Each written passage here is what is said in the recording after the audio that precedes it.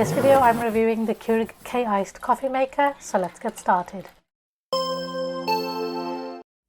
The Keurig K-Iced single-serve coffee maker is a lightweight machine weighing around 6 pounds. It measures roughly 15 inches tall, 15 inches in depth and 7.5 inches wide.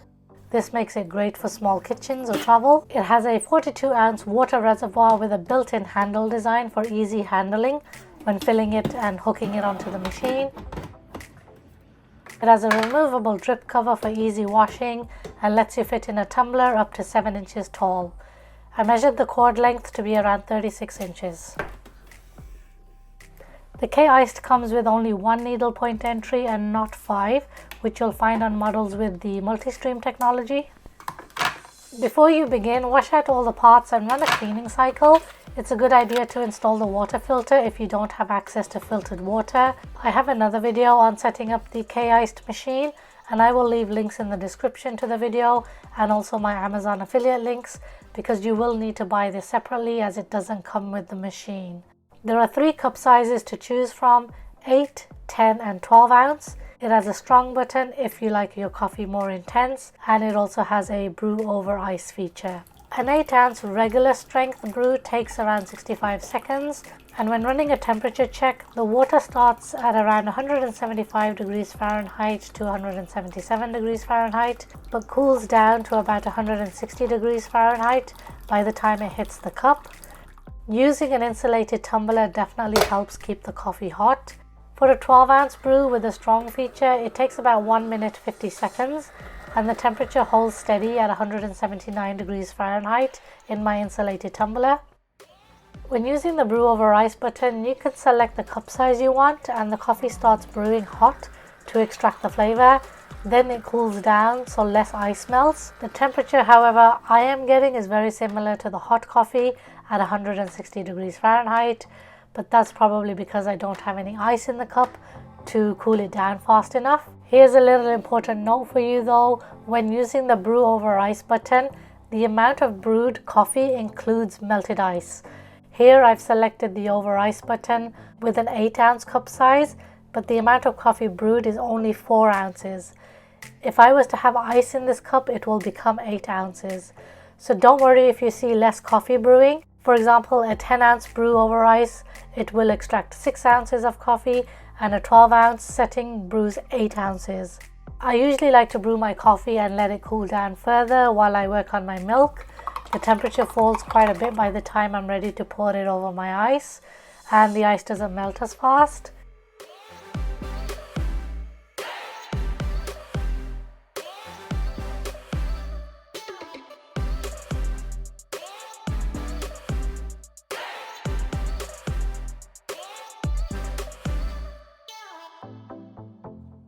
Like all other Keurig models, you can remove the pot holder and use the My K-Cup reusable coffee filter if you prefer to use your own coffee grounds. Again, this is sold separately, and I'll leave my Amazon affiliate links in the description for you, together with a video showing you how to use the My K-Cup filter. If you want to go back to using K-Pods, just remember to put the pot holder back in. To keep the machine running smoothly and to avoid any coffee grounds in your coffee, it's a good idea to run a cleaning brew after every couple of cups to clear out any trapped coffee grounds. The descale light should come on automatically after 250 brews. If it doesn't, and you notice the coffee doesn't taste right, you can manually descale it. I'll have a separate video on that process. I've noticed the add water light tends to come on more often than I'd like, and you really need to keep the tank at least half full to stop it from flashing and to let you brew your coffee. If the add water light is flashing, it won't allow you to select a cup size and to brew your coffee. If you're like me and prefer using fresh water every day, it can be a bit annoying to dump out the leftover water. It feels like a bit of a waste. Overall, the Keurig K-Iced is lightweight, compact and quieter than the older models. The design is sleek and compact. It's identical to the K-Express with the added Brew Over Ice feature. I'll leave links to my other Keurig coffee makers if you want to compare the machines. And speaking of comparing, if you're wondering what the difference is between the other K-Iced models, The K-Iced Plus has all the same features but with a slightly larger 46-ounce reservoir, and the design is similar to that of the K-Slim with the buttons on the top of the lid rather than down the side. The K-Iced Essentials, however, is a little more basic with a smaller 36-ounce water reservoir, and it doesn't have a strong brew option.